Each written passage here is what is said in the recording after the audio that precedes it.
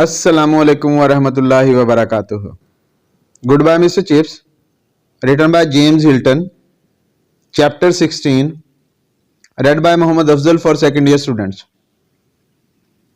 And now, 15 years after that, he could look upon it all with a deep and sumptuous tranquility. He was not ill, of course, only a little tired at times, and bad with his breathing during the winter months. He would not go abroad. He had once tried it, but had chanced to strike the Riviera during one of its carefully unadvertised cold spells. I prefer to get my chills in my own country, he used to say after that. He had to take care of himself when there were east winds, but autumn and winter were not really so bad. There were warm fires and books, and you could look forward to the summer. It was the summer that he liked best. Of course, apart from the weather, which suited him, there were the continual visits of old boys.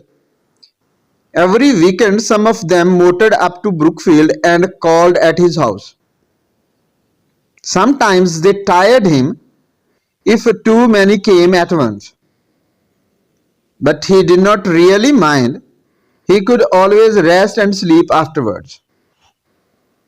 And he enjoyed their visits more than anything else in the world that was still to be enjoyed.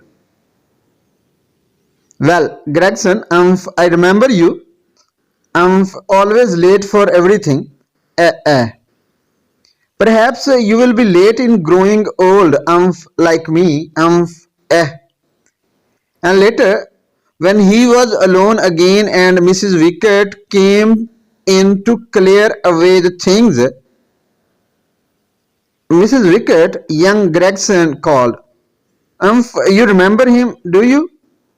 Tall boy with spectacles, always late.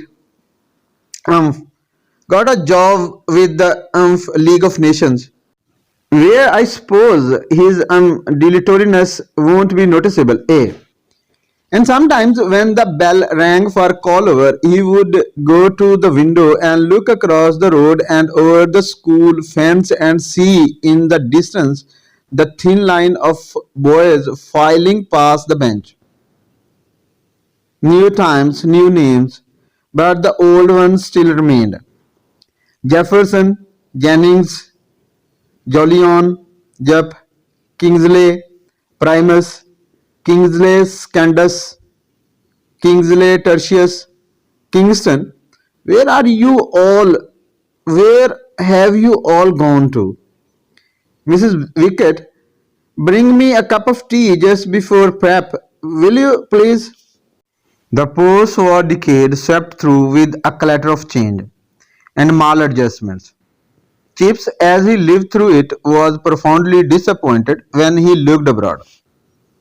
The Roher, Chanak, Carfu, there was enough to be uneasy about in the world. But near him, at Brookfield, and even in a wider sense in England, there was something that charmed his heart because it was old and had survived. More and more he saw the rest of the world as a vast disarrangement for which England had sacrificed enough and perhaps too much. But he was satisfied with Brookfield.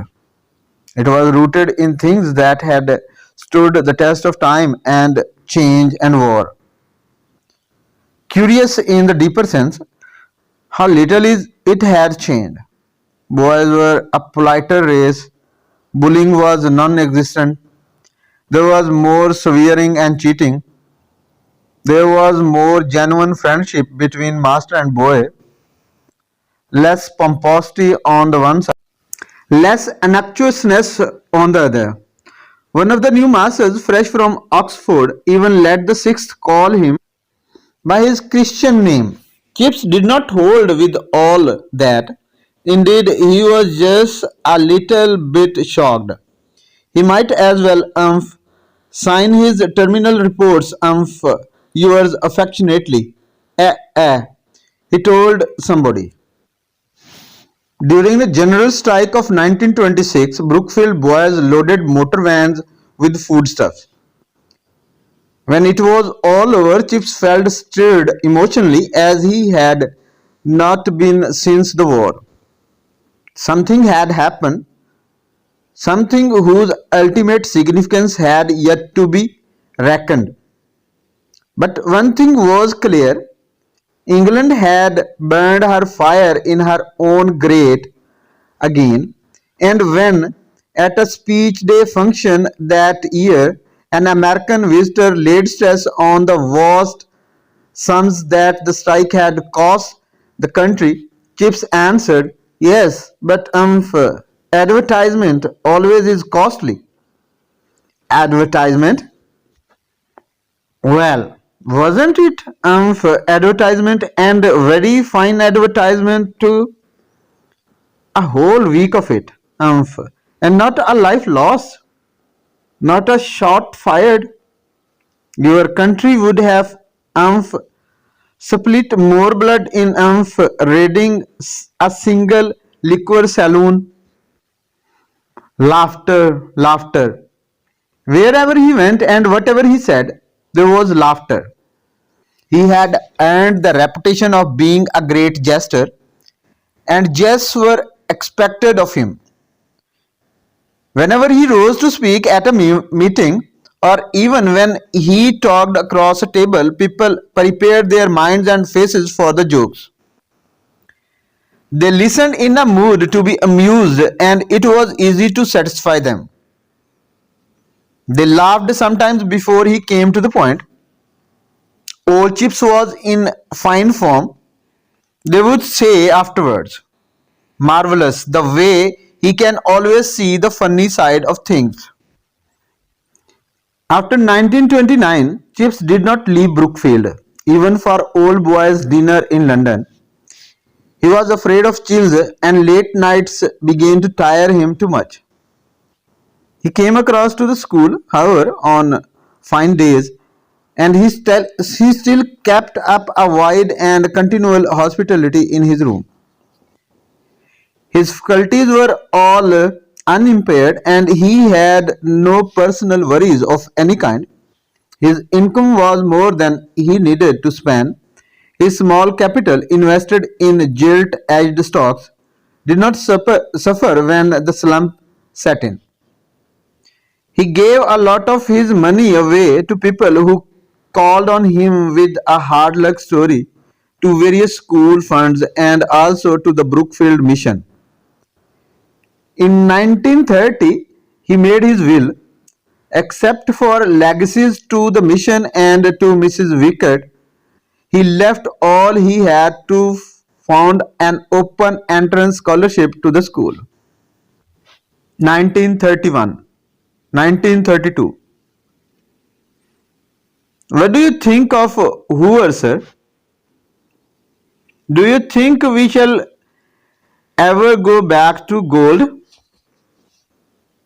How do you feel about things in general, sir? See any break in the clouds? When is the tide going to turn, Chips, old boy? You ought to know with all your experience of things. They all asked him questions as if he were some kind of prophet and encyclopedia combined. More even than that, for they liked their answers dished up as a joke. He would say, "Well, Henderson, when I was a much younger man, there used to be someone who promised people ninepence for fourpence. I don't know that anybody ever got it, but our present rulers seem to have solved the problem of how to give fourpence for ninepence." Laughter.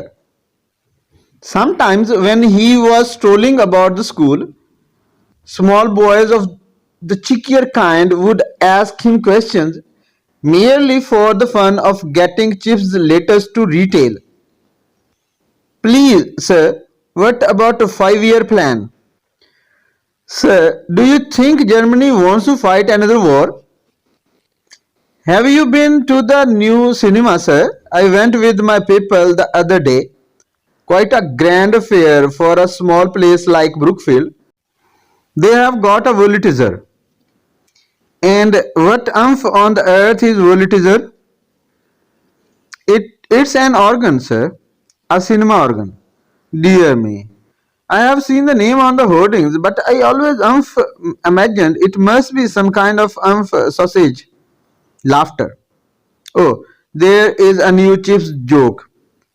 You fellows, a perfectly lovely one.